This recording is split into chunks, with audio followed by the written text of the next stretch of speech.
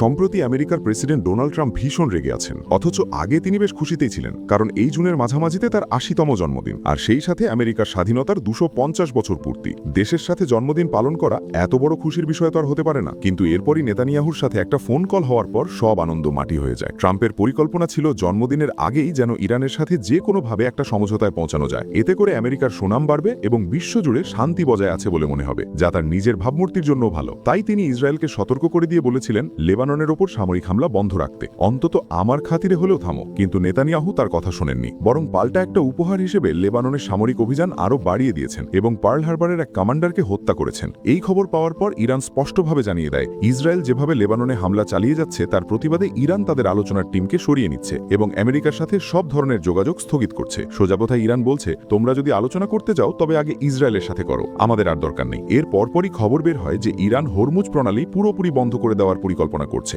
এবং মানদেব প্রণালীর দিকে নতুন যুদ্ধক্ষেত্র খুলতে চাচ্ছে। এই শুনে ট্রাম্পের তো মাথা গরম হওয়ার দশা। তিনি সরাসরি নেতানিয়াহুকে বলতে বাধ্য হলেন, তুমি কি যুদ্ধ না করলে বাঁচতে পারবে না? আমি বারবার যুদ্ধ থামাতে বলছি, তুমি কেন শুনছো না? আসলে শুধু ট্রাম্প নন, অনেক ইসরায়েলি রেস্তোরাঁর মালিকরাও যুদ্ধ বন্ধের আশায় আছেন, কারণ ইসরায়েলি টিভি চ্যানেলগুলোতে প্রায়ই দেখা যায় অনেক মানুষ রেস্তোরাঁয় খাবার খেতে গিয়ে বাড়ি ফেরে না, বরং ইচ্ছা করে এয়ার রেড সাইরেন বা সতর্ক সংকেতের জন্য অপেক্ষা করে, যাতে যুদ্ধের অজুহাতে বিল না দিয়ে চলে যাওয়া যায়। ব্যাপারটা তো বেশ পুরনো হয়ে গেছে, তাই লোকে মজা করে বলছে, এর চেয়ে ভালো রেস্তোরাঁর মালিকরা বুফে সিস্টেম চালু করুক, আগে টাকা জমা দাও তারপর খাও, আর সাইরেন বাজলে সবাইকে বের করে দেওয়া হবে। যাই হোক, লেবাননে সামরিক হামলা বন্ধ করানোর জন্য ১ জুন শিশু দিবসের দিনে ট্রাম্প ফোন করেন নেতানিয়াহুকে। এক নির্ভরযোগ্য সূত্র অনুযায়ী ট্রাম্প সেদিন সত্যি খুব রেগেছিলেন। তিনি নেতানিয়াহুকে ফোনে কড়া ভাষায় শুনিয়ে দেন যে তোমার একটুও কৃতজ্ঞতাবোধ নেই, তুমি সত্যিকারের ইহুদি কিনা সন্দেহ।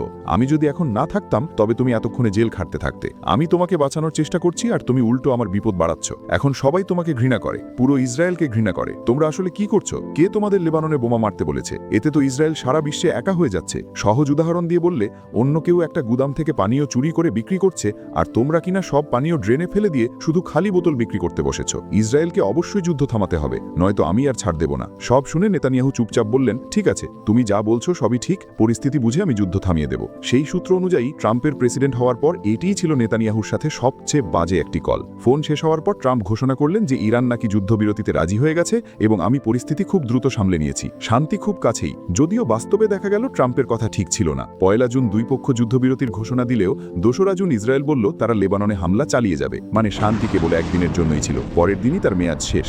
আর যুদ্ধ কেন আবার শুরু হলো সেই প্রশ্নের উত্তরে ইসরায়েল বলছে লেবানন আগে হামলা করেছে, আর লেবানন বলছে ইসরায়েল শুরু করেছে। এই নিয়ে ঝামেলা চলছেই। ট্রাম্পের ইরানকে নিয়ে আলোচনা স্বপ্ন আপাতত ভেস্তে গেছে, যার কিছুটা দায় ট্রাম্পের নিজেরই, কারণ তার বারবার সিদ্ধান্ত বদলানোর ফলে আলোচনা করাটা কঠিন হয়ে দাঁড়িয়েছে। আসলে তার রাজনৈতিক অস্থিরতা তার সামরিক সক্ষমতাকে সব সময় প্রশ্নবিদ্ধ করে, আর এই সুযোগটা কাজে লাগিয়ে ইসরায়েল বারবার লেবাননে যুদ্ধের আগুন বাড়িয়ে দিচ্ছে এবং ইরানকেও যুদ্ধ থামানোর কোনো সুযোগ দিচ্ছে না। কারণ তাদের ছোট ভাই বা মিত্র দেশগুলো যখন মার খাচ্ছে, তখন ইরান তো আর একা যুদ্ধবিরতি করতে পারে না। এতে যুদ্ধ দীর্ঘস্থায়ী হচ্ছে এবং আমেরিকা মধ্যপ্রাচ্যে ইসরায়েলকে অস্ত্র দিয়ে সাহায্য করে যাচ্ছে। ইরান সমস্যার সমাধান না হলে আমেরিকা ইসরায়েল সমস্যার সমাধান হওয়া কঠিন। ট্রাম্প যে কথা ঘোরান তার প্রমাণ পাওয়া গেল গত ৩রা জুন একটি সাক্ষাৎকারে। সেখানে তিনি স্বীকার করলেন যে ফোনে তিনি নেতানিয়াহুকে বকা দিয়েছেন, কিন্তু এতে কিছু আসে যায় না, কারণ এর আগে তিনি অনেকবার নেতানিয়াহুর প্রশংসাও করেছেন। যেমন গত ডিসেম্বরে ট্রাম্প বলেছিলেন, নেতানিয়াহু একজন নায়ক এবং আমি সব সময় তার সাথে আছি। কিন্তু এখন ট্রাম্প সাংবাদিকদের বলছেন, আমি নেতানিয়াহুকে সমর্থন করি, কিন্তু লেবাননে তাদের এই একটানা যুদ্ধ আমাকে খুব বিরক্ত করে।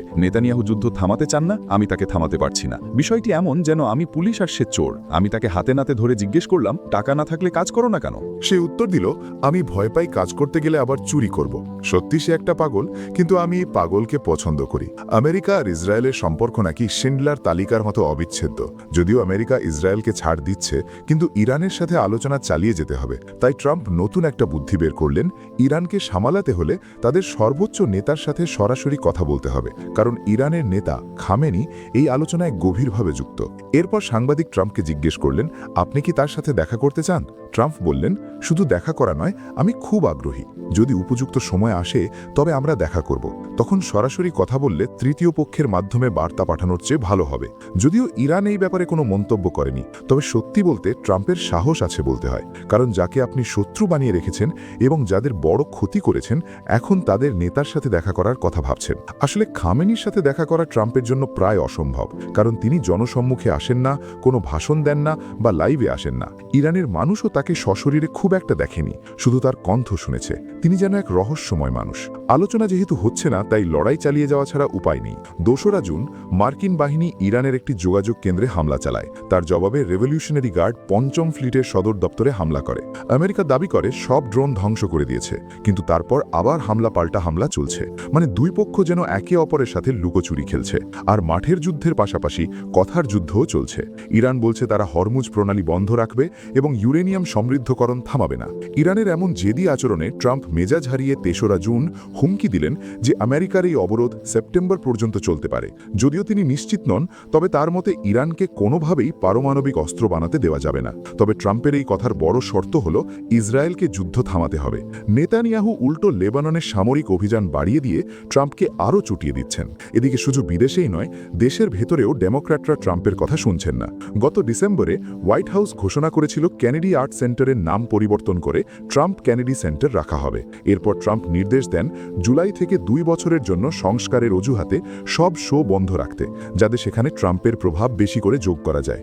এই খবর পেয়ে ডেমোক্র্যাটরা সরাসরি মামলা করে দেয়। তাদের কথা হলো এটা কেনেডির স্মৃতি বিজড়িত জায়গা, সেখানে ট্রাম্পের নাম কেন? ট্রাম্পের সাথে কেনেডির একমাত্র মিল হলো। যাই হোক, এই মামলা গড়ালো মে মাসের শেষ পর্যন্ত। বিচারক রায় দিলেন যে কেনেডি সেন্টার থেকে ট্রাম্পের নাম মুছে ফেলতে হবে এবং ভবনের সব বোর্ড খুলে ফেলার নির্দেশ দিলেন। সংস্কার কাজও বন্ধ, কারণ ট্রাম্পের নামই যদি না থাকে তবে আর সংস্কারের কি দরকার? এই রায়ে ট্রাম্প খুব রেগে গিয়ে 700 শব্দের এক বিশাল বিবৃতি দিলেন। তিনি বললেন, এই বিচারক রাজনৈতিকভাবে উদ্দেশ্য প্রণোদিত।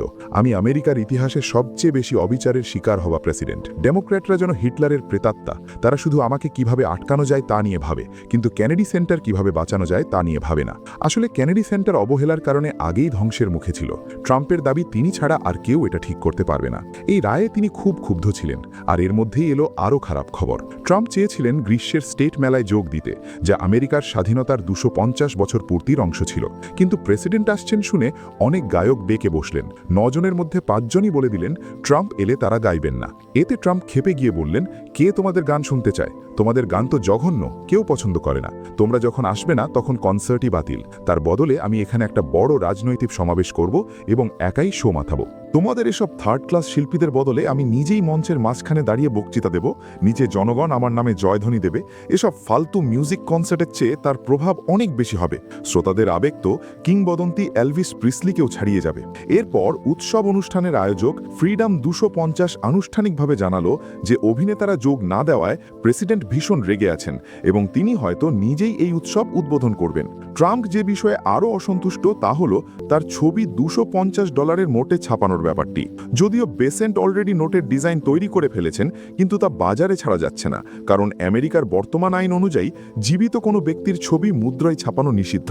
হোয়াইট হাউসের মতে ডোনাল্ড ট্রাম্প এতটাই মহান যে তাকে জর্জ ওয়াশিংটন বা আব্রাহাম লিঙ্কনের কাতারে ফেলা যায়, তাই জীবিত থাকা অবস্থাতেই তার ছবি টাকায় কাকা উচিত। কিন্তু এসব কথায় লাভ নেই, কারণ তা কার্যকর করতে কংগ্রেসের সম্মতি এবং নতুন আইন প্রয়োজন। এ নিয়ে ট্রাম্পের অনুগত কংগ্রেসম্যান জো উইলসন বিল পেশ করেও রেখেছেন, যাতে ট্রাম্পের ছবি ছাপানোর জন্য ছাড় দেওয়া হয়। কিন্তু অবাক করা বিষয় হলো কংগ্রেস এই প্রস্তাবটি ঝুলিয়ে রেখেছে। তারা সরাসরি নাও বলছে না, আবার হ্যাঁও বলছে না। অবশ্য এসব ছোটখাটো ব্যাপার। ট্রাম্পের আসল রাগ তো অন্য জায়গায়। তার সেই বহু কাঙ্ক্ষিত $180 কোটি অ্যান্টি ওয়েপেনাইজেশন ফান্ড হয়তো হাতছাড়া হতে চলেছে। এই টাকার উৎস ছিল সরকারি ক্ষতিপূরণ।